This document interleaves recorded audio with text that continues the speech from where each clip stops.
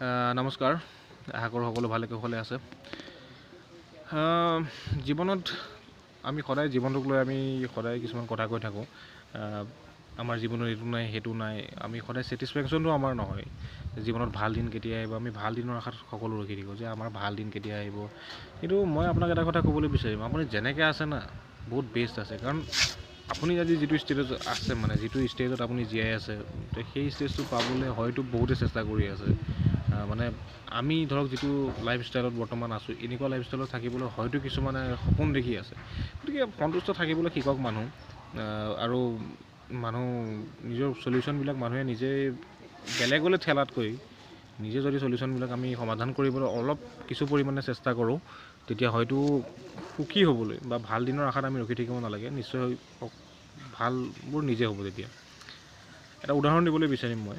এখন গাঁও আছিল, এখন গাঁৱত এবাৰ কি হ'ল, এবাৰ খৰাং হ'ল। গাঁওখনত খুব বেছি খৰাং হ'ল, তাৰ কাৰণে খেতি হোৱা নাই। তেনেকৈ গ'ল, মানুহবিলাকে বহুত চিন্তা চৰ্চা কৰিলে। গৈ আকৌ নেক্সট বছৰ হ'ল, খেতি কৰা সময় হৈ আহিল। সেই বছৰো তাত খৰাং হ'ল। তো মানুহবিলাকে গোট খালে, গাঁৱৰ ৰাইজসকল সকলো ৰাইজ গোট খাই পেলাই তিনিআলিত বা এনেকৈ তেওঁলোকৰ যি জেগা আছিল তাত বহি তেওঁলোকে কথা পাতিলে, আলোচনা কৰিলে। তেনেকৈ মিটিং হ'ল, 3-4খন তেনেকৈ মিটিং হ'ল। মিটিঙৰ অন্তত তেওঁলোকে এটা কথা লক্ষ্য কৰিলে যে গাঁৱৰ সকলো সদস্য মিটিঙত উপস্থিত থাকে, কিন্তু মাত্ৰ এজন সদস্য, বীৰেন নামৰ এজন সদস্য, তেওঁ কিন্তু মিটিঙত কোনোদিনে উপস্থিত নাথাকে। তাৰপিছতো তেওঁলোকে বহুতকেইখন মিটিং পাতিলে। মিটিং পতাৰ পিছতো কিন্তু সেই মানুহজনক তেওঁ তাত উপস্থিত নাপালে। তো লাহে লাহে তেওঁলোক ক'লৈ গ'ল, কি হ'ল, তাক খবৰ কৰিবৰ কাৰণে গাঁৱৰ যিসকলে আলোচনা কৰি থাকে সেইসকল মানুহ তেখেতৰ ঘৰলৈ গ'ল, তেখেতক বিচাৰি। তাৰপিছত হ'ল কি, তেখেতৰ ঘৰলৈ গৈ পেলাই সুধিলে যে মানুহজন ক'ত গ'ল।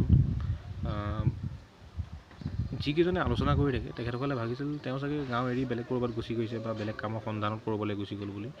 কিন্তু যেতিয়া তেওঁ ঘৰলৈ গ'ল, তেওঁ পুতেকে ক'লে যে তেওঁ পথাৰত কাম কৰি আছে বুলি, খেতি পথাৰত কাম কৰি আছে বুলি।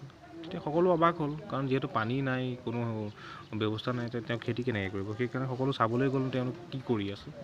খেতি পথাৰত গৈ পেলাই দেখি পালে যে তেওঁ যি খেতি পথাৰ তাত ডাঙৰ ডাঙৰ খাল খান্দিছে, নলা খান্দিছে, তেনেদৰে কিছুমান কাম কৰি আছে। তেওঁ সুধিলে যে তই এইবিলাক কি কৰি আছ। তেতিয়া বীৰেনে উত্তৰটো দিলে যে নহয়, মই এইবোৰ গাঁতবোৰ খান্দি ৰাখিছোঁ, কিছু পৰিমাণে যদিও বৰষুণ আহে তেতিয়া মই পানী সংৰক্ষণ কৰি সেই পানীৰে মই খেতি কৰিব পাৰিম। তেতিয়া মানুহে ক'লে তই পাগল। যিবিলাকে আলোচনা কৰি থাকে তেওঁ ক'লে যে নাই, ই পাগল ছাগল ক'লে, মূৰ্খ, কাম নোহোৱা মানুহ। তেনেকৈ কৈ পেলাই কি কৰিলে, মানুহকেইজন গ'ল। গৈ পেলাই তেওঁলোকে পুনৰ আলোচনা কৰিব লাগিল, মুখৰ কথা পাতিব লাগিল, আকাশলৈ চাই চাই কথা পাতিব লাগিল, মাত্ৰ মুখৰ কথা মানে। গতিকে তেনেকৈ থাকিল। কিছুদিনৰ পিছত কিছু পৰিমাণে বৰষুণ হ'ল, কিছু বৃষ্টিপাত হ'ল। বৃষ্টিপাত হোৱাৰ পিছত কি হ'ল, যিসকলে আলোচনা কৰি থাকে তেওঁলোকে দেখা পালে যে যিখন বৃষ্টিপাত হৈছে সেই বৃষ্টিপাতত খেতি কৰিব পৰা নাযায়। কিন্তু বীৰেনে যিবোৰ খাল খান্দিছিলে তাত প্ৰচুৰ পৰিমাণে পানী জমা হৈছে। পানী জমা হ'ল, নলাবিলাকত পানী জমা হ'ল, আৰু সেই পানী ব্যৱহাৰ কৰি বীৰেনে কিছু পৰিমাণে হ'লেও খেতি কৰিবলৈ সক্ষম হ'ল। অৰ্থাৎ এই কাহিনীটোৰ পৰা আমি এইটো কথাই বুজি পাওঁ যে আপুনি যদি চেষ্টা কৰে, কেৱল কথা পাতি নাথাকি বা মানে প্ৰব্লেমটোৰ বিষয়ে চিন্তা নকৰি, মানে যদি কিছু পৰিমাণেও যদি মানে বস্তুটো যদি চিন্তা কৰা যায়, নিজৰ সমস্যা সমাধান কৰিবলৈ কিছু পৰিমাণে যদি আপুনি আগবাঢ়ি আহে, তেন্তে সমস্যাটো নিজে নিজে সমাধান হৈ যায়। কাৰণ কি,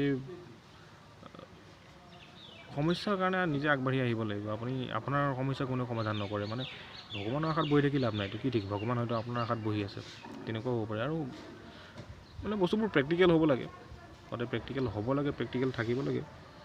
কাৰণ কি, এটা কথা চাওক, আপুনি এই মানুহজনে যে পানীখিনি জমা কৰিলে, তেওঁ প্ৰেক্টিকেল কিছুমান কাম কৰিলে। তেওঁ আশাত ৰখি থকা নাই, তেওঁ বিকল্প বৰষুণ নহ'লে কথা নাই, কিন্তু যেতিয়া হ'ল তেওঁ কিছু পৰিমাণেতো সক্ষম হ'ল। গতিকে বস্তুবোৰ তেনেকুৱাই, আমি সদায় বস্তুবোৰ আনলৈ ঠেলি দিওঁ যে অমুকৰ কাৰণে হ'ল, চৰকাৰৰ কাৰণে হ'ল, অমুকৰ কাৰণে হ'ল। কিন্তু আমি নিজাববীয়া বিশেষ একো চেষ্টা আমি কৰিবলৈ নিবিচাৰোঁ। নিজৰ সমস্যাবোৰ সমাধান কৰিবলৈ নিজে সদায় আগবাঢ়ি আহিব লাগে। প্ৰথম আপুনি ষ্টেপ লওকচোন।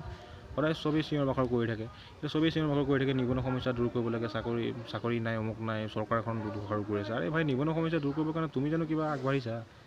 তুমি জানো কিবা খোজ আগবঢ়াইছা? নিবনুৱা সমস্যা দূৰ কৰাৰ কাৰণে তুমি কি খোজ আগবঢ়াইছা? তুমিতো বিশেষ নিজৰ পৰা একো কৰা নাই ন।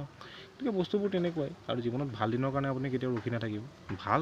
ভাল সদায় ভাল দিনবোৰ ভাল, কিন্তু ভাল আপুনি কৰিব লাগিব তাক। কাৰণ দশৰথ মাঝিৰ ঘটনা বা দশৰথ মাঝিৰ কাহিনীটো সকলোৱে শুনিছে।